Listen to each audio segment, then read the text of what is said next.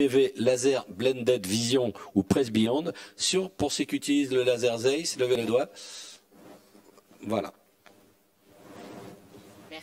Merci Charlie encore de cette invitation. On adore venir chez toi et on vient avec grand plaisir. Donc on va continuer. Je sais pas. C'est bien ça pourtant pour passer les... Voilà, pardon. Alors du coup j'ai été trop vite. Donc je vais donc parler du Press Vision utilisé avec le laser, la plateforme Zeiss. Les challenges de la Press Vision, on vient d'en parler longuement, c'est d'avoir une bonne vision de loin, conserver une bonne vision intermédiaire, une bonne vision de près, avec un maintien de la qualité de vision, et ça c'est un élément primordial, un maintien de la vision oculaire autant que faire se peut, et pour avoir une bonne tolérance du patient, un temps d'adaptation court, puisque vous avez vu qu'on a parfois des plateformes que l'on programme avec une récupération qui est un petit peu retardée. Bon, il faut corriger évidemment les erreurs réfractives en même temps. Et puis la réversibilité, parce que si jamais un patient a besoin d'augmenter la vision sur une distance, il faut qu'on puisse ajuster les traitements, parfois même revenir en arrière. Alors ce presbyasique, c'est vraiment le challenge de la perfection. Quel est le meilleur compromis? Est-ce qu'on laisse le patient en lunettes? Est-ce qu'on lui adapte des lentilles? Est-ce qu'on lui fait une chirurgie? Et si on fait une chirurgie, photoablation va-t-on programmer?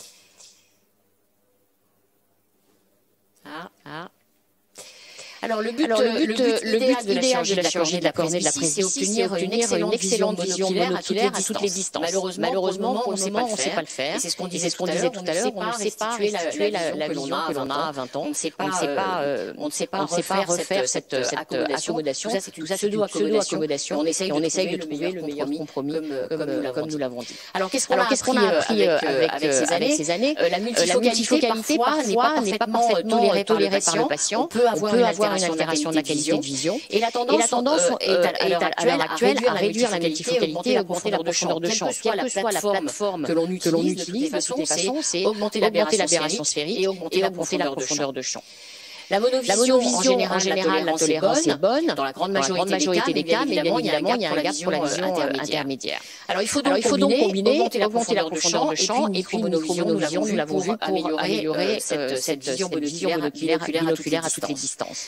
Alors, on sait que l'augmentation de la profondeur de champ est liée à l'aberration sphérique, qui dépend de la sphérécité, on en a parlé longuement, qui est donc ce facteur Q. Un œil standard normal, présent un taux d'aberration sphérique positive, la cornée a une aberration sphérique positive d'environ 0,2. Le cristallin jeune a une aberration sphérique négative. Vous savez que le cristallin, avec l'âge, va positiver son aberration sphérique. Et lorsque l'on a une accommodation, on va déplacer la vision vers les aberrations sphériques négatives. Le taux d'aberration sphérique va dépendre du diamètre pupillaire. Et lorsqu'on fait une chirurgie réfractive, on va augmenter le taux d'aberration sphérique de l'œil. Lorsqu'on fait une chirurgie myopique, on augmente le taux d'aberration sphérique positive. Et lorsqu'on fait une myopie de base, on augmente le taux d'aberration sphérique négative. La presbytie que l'on peut considérer comme une réduction de la profondeur de champ plutôt qu'une réduction de l'accommodation au cours du temps. La modification de la sphérécité, donc du facteur Q, va modifier les aberrations sphériques. Quant aux modifications des aberrations sphériques, on va augmenter la profondeur de champ et on risque de diminuer la qualité de vision. Il faut donc trouver ce compromis que l'on va donner entre augmentation de la profondeur de champ sans détruire la qualité de vision. Alors, quel est le taux optimal d'aberration sphérique? L'équipe de François Malcaz avait montré que la valeur idéale à obtenir après une chirurgie de la cornée, c'était un équilibre entre la profondeur de champ et la qualité de vision, et d'environ 0,2 microns, sachant qu'une aberration sphérique maximum tolérée est d'environ moins 0,5. Il y a des petits bugs de temps en temps, pardon. Alors, lorsque l'on augmente l'aberration sphérique suffisamment sans détruire la qualité de vision, on obtient l'équivalent d'une addition de 1,5 dioptrie. Donc vous voyez que 1,5 c'est bien pour l'ordinateur, la vision intermédiaire, mais ça ne va pas être suffisant pour avoir une bonne vision de près. Et c'est là qu'on associe donc une micro-monovision. Alors, ce presse-billon, il va augmenter la profondeur de champ et associer cette micromonovision. C'est une modification non linéaire de la spéricité Alain l'a dit, avec les règles bien évidemment habituelles. L'œil directeur dominant va corriger comment on le repère et corriger pour la vision de loin, en visant une réfraction plano, donc un œil émétrope, et l'œil non directeur est corrigé pour la vision intermédiaire et de près, avec une micromonovision qui va s'établir entre 0,75 et 1,50. Alors, lorsque cet œil de près, en fait, a une meilleure vision de loin que celle que nous obtiendrait en correcteur de plus 1,50 ou 0,75 sur l'œil du patient. Donc ça, il faut bien le prévenir lorsque vous testez l'œil dominant et que vous rajoutez l'addition pour voir cette tolérance à la micromonovision. Vous savez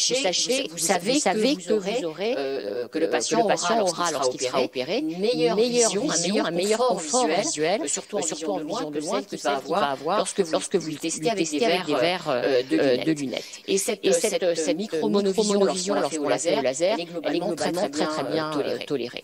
Alors la programmation elle se fait directement sur le CRS Master, comme tous les lasers, c'est très rapide. Une fois qu'on connaît bien évidemment le logiciel, vous avez sélectionné l'œil dominant, vous ajoutez l'addition que vous souhaitez sur l'œil dominé, avec bien évidemment tous les paramètres habituels de l'âge du patient, la kératométrie, etc. Vous voyez les zones qui sont faites. Alors ce traitement est centré sur l'axe visuel et non sur la pupille, parce que vous voyez que quand il y a un angle kappa, ça peut avoir des conséquences importantes de décentrement.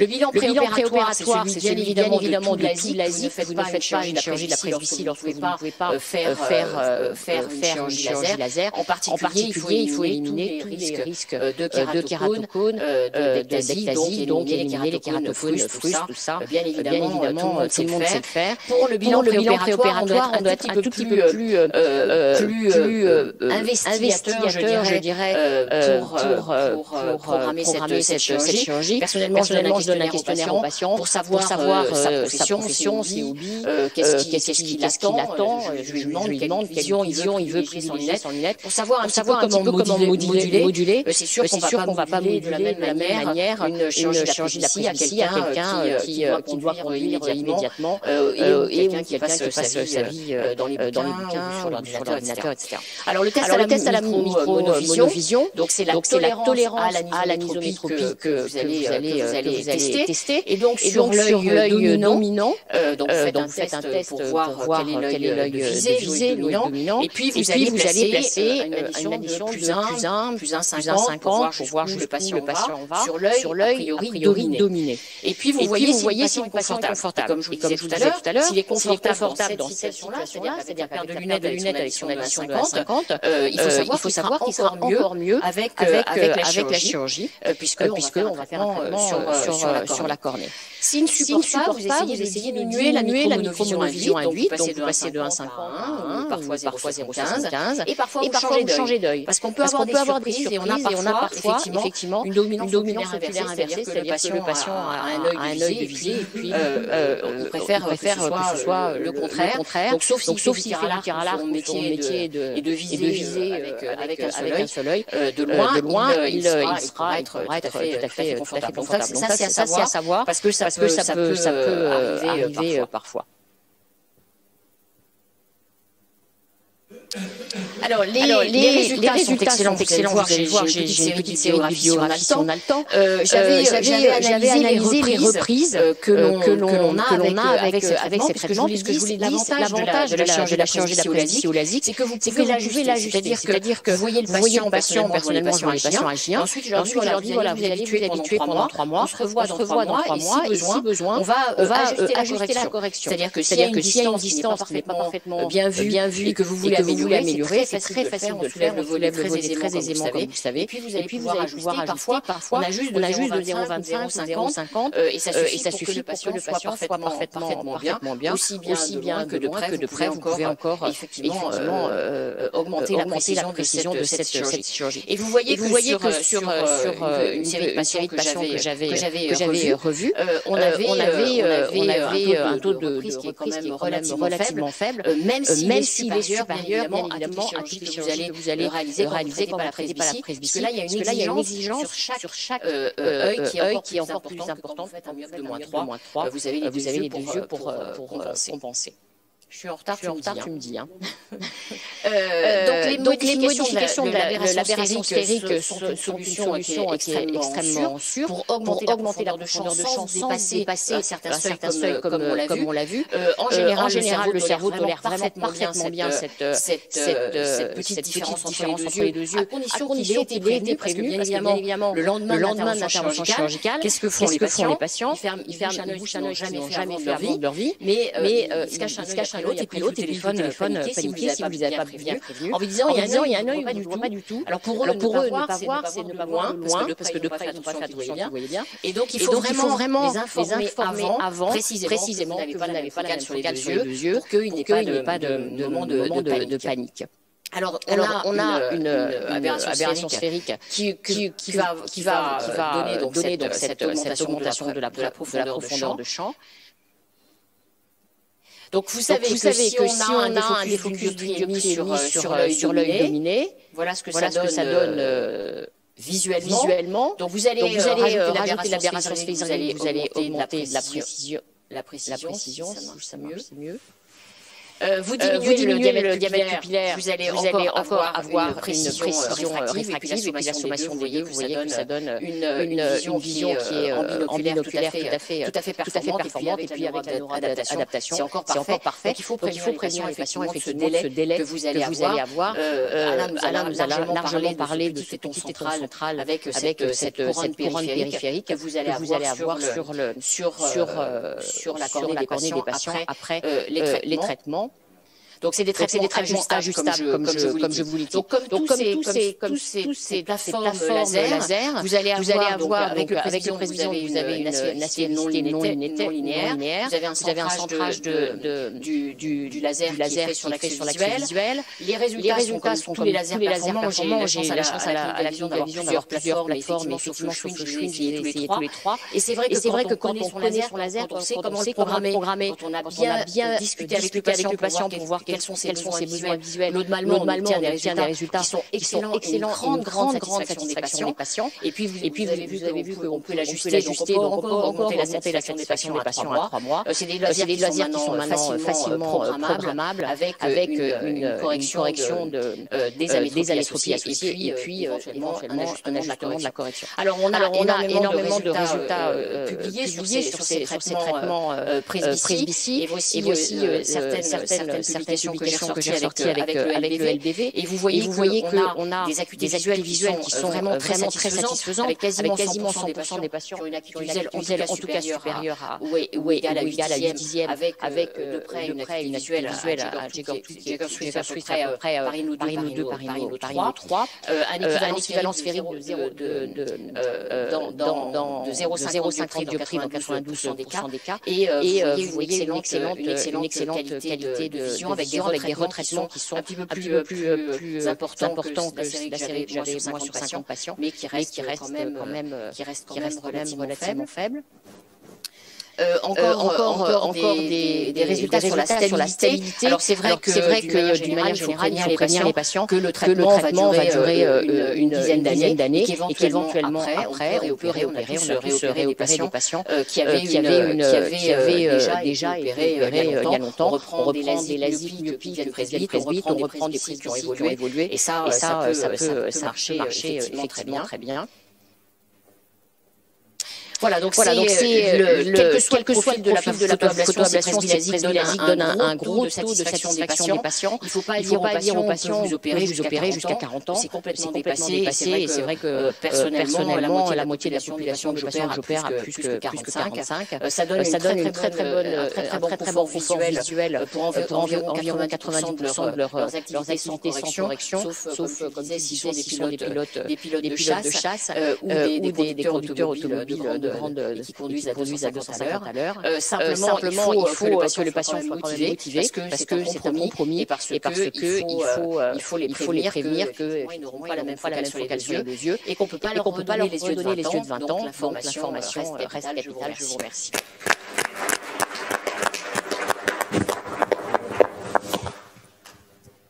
Charlie. Voilà, Charlie qui va nous parler de son choix entre chirurgie cornéenne ou chirurgie cristallinienne. Mais par moment, tu vois, il est capricieux. Oui, d'ailleurs, bon, pour vous remercier d'ailleurs aussi, oui. Pour vous remercier d'ailleurs aussi à tous d'être venus nombreux nous encourager. Merci Cathy, merci. Alain, vous êtes là depuis le début aussi, depuis au moins 20-25 premières années. C'est vrai, vous étiez pas... C'est vrai que le congrès était né avec un petit peu de difficulté au départ et puis progressivement il a pris de l'ampleur et grâce à vous, je vous remercie en tout cas de votre amitié tous. Un petit oui. Le mien, c'est Edof. Attendez, c'est celle-là. On va procéder, si vous voulez, aux questions. Si entre-temps, est-ce qu'il y a des questions sur les communications que vous avez entendues, donc sur le laser, sur le logiciel Presbycore utilisable sur le X500, le LBV sur Zeiss et le Supracore Bosch-Lomb et Schwinn sur le Presbymax sur Schwinn. Charlie? Oui, Alain, je voulais savoir parce que de facto toutes les plateformes modifient le facteur de forme de la cornée. Donc on sait que sur l'Alcon, par exemple, il y a un consensus pour un delta Q différentiel de moins 0,60. Est-ce que tu connais un petit peu sur les différentes plateformes, quel est le delta Q différentiel entre le Q pré-op et le Q post-op? Alors, ça, c'est pour les profils asphériques. Oui. Je vous rappelle que le facteur Q est un facteur de forme de la cornée. Même si le facteur Q engendre de l'aberration, c'est mesurable sur un topographe, pas sur un abéromètre. Donc, on va demander à Cathy sur le logiciel LBV le delta Q engendré par l'intervention. J'en ai aucune idée. Il faudrait peut-être demander parce que c'est souvent des choses qu'on ne maîtrise pas et qu'on ne module pas. Parce que là, la plateforme, en l'occurrence, elle est fixe. Et donc, on modifie juste la réfraction cible, mais on ne modifie pas la sphéricité. Alors, peut-être Clémence le sait, ou sinon, on demandera à Zeiss tout à l'heure, parce que je dois avouer mon ignorance dans ce domaine. Oui, ils le diront pas, c'est ça, parce que même j'ai Penin a eu la gentillesse de m'envoyer. C'est une question piège à laquelle on ne peut pas répondre. Parce que souvent Penin a eu la gentillesse de m'envoyer une présentation donc sur le Presbymax. Donc de facto aussi, on sait qu'il y a une modification de la sphéricité cornéenne, mais il n'en parle pas. C'est pas un traitement par modulation du facteur Q. Les profils non, pas. Mais de facto, tu le modifies obligatoirement. Forcément. Mais il faut bien comprendre que sur le X500, avec le logiciel Presbycore ou sur le BV, c'est vraiment une modification de l'asphéricité globale. Il n'y a pas de différence de courbure. Alors que sur le Presbymax et le Supracore, tu as vraiment un téton central qui est créé par ce profil qui fait le laser ne sachant qu'ablater en faisant une couronne autour du point central dégressive. Quand tu vas reposer ton capot en LASIK, tu auras un petit téton central. On parle souvent de LASIK, mais nous avons fait une présentation de traitement presbyte, ce profil de laser en PKR. Donc sur le Supracore, on l'a appelé le Surfacore. Et étant donné que vous avez vu que les ablations sont quand même très minimes, c'est de l'ordre de 10 microns, entre 8 et 15 microns, c'est très doux. Et la compensation, l'hyperplasie épithéliale qui pourrait entraîner une régression est plus réduite. Et donc on a fait également des tests de traitement avec le Presbymax qu'on a appelé le Surfamax. Et maintenant qu'on est passé en Trans-PKR, ça devient du Trans-Surfamax. Bon, le nom est un peu compliqué, mais on peut tout à fait utiliser ces logiciels en surface, sauf sur le X500 qui n'autorise pas en trans-PKR d'utiliser les logiciels de Presbytie. Mais sur les interfaces des autres lasers, vous avez vu qu'en Supracore, vous pouvez tout à fait utiliser le logiciel Supracore, qui est un logiciel de pilotage du laser, en technique chirurgicale, LASIK ou PKR. Donc vous pouvez faire du Presby LASIK ou du Presby PKR. Ça, il faut quand même bien comprendre ça. Tu voulais rajouter ? Streamlight est un logiciel fermé, tu as raison. Voilà, le Streamlight, qui est le nom de la trans-PKR, du logiciel Alcon, ne permet pas de faire autre chose qu'un traitement Wavefront Optimized. Donc pas de Presby PKR ou de trans PKR Presbyte sur l'Alcon. Oui. C'est intéressant, c'est qu'on peut faire à la fois du photo ou du PKR sur des pseudo-facs monofocaux. Il y a un certain nombre de patients qui sont depuis longtemps en monofocal, qui aimeraient quand le net, Voilà, tu parles des traitements cornéens de multifocalité cornéenne sur les pseudo-facs qui veulent bénéficier d'une multifocalité cornéenne, tout à fait. Et on va également poser une question intéressante. Que faites-vous sur une cornée multifocalisée par un laser quand 10 ans plus tard, le patient vient pour une cataracte? Quel type d'implant lui proposez-vous? Alors personnellement, je regarde un petit peu justement la forme de la cornée, voir si on a gardé cette modification de la forme de la cornée, donc a priori une profondeur de champ. Et c'est vrai que d'une manière générale, comme ils ont été habitués à avoir une micro-monovision, je la reproduis avec mes implants. En implants monofocaux et avec une micro-monovision. Alors se pose la question maintenant avec les implants à profondeur de champ, est-ce qu'on peut mettre un implant à profondeur de champ sur l'œil éventuellement dominé pour voir. Alors c'est vrai que jusqu'à présent, je mets assez peu d'implants multifocaux, je dois reconnaître, après des patients qui ont été opérés de chirurgie réfractive. D'abord parce que je vous dis, ils sont habitués à la micro-monovision. En plus parce qu'on sait quand même que le calcul d'implant, même si maintenant on est quand même super précis, avec nos calculs d'implant après, ça il faut le savoir. Après chirurgie réfractive, on a des logiciels, de très nombreux logiciels à notre disposition. Des plateformes de calcul, des biomètres qui nous donnent des calculs. Moi, j'utilise le YOL 700 et c'est vrai que c'est très très précis pour les calculs après chirurgie réfractive. Mais malgré tout, j'avais une petite réticence à mettre des implants multifocaux puisqu'on sait que les implants multifocaux sont quand même super, ont besoin d'une grande précision réfractive. Donc, je préfère assurer, être tranquille, avoir un implant monofocal, une petite micro-monovision chez le patient. Ils gardent quand même quand ils ont une cornée encore asphérique, ils gardent une profondeur de champ et donc le tout fait que globalement ils sont assez bien. Peut-être l'implant à profondeur de champ. Alors dans les erreurs réfractives aussi, on peut avoir avec un avantage à utiliser aussi les implants add-on. Il faut y penser. Vous avez implanté vos patients et vous ne pouvez pas retoucher à la cornée. Il a une cornée qui ne peut pas bénéficier de ça. À ce moment-là, pensez aussi aux implants add-on que l'on met. C'est des implants piggyback qu'on met en avant. Alors je pense aussi dans les traitements de cataracte chez les patients opérés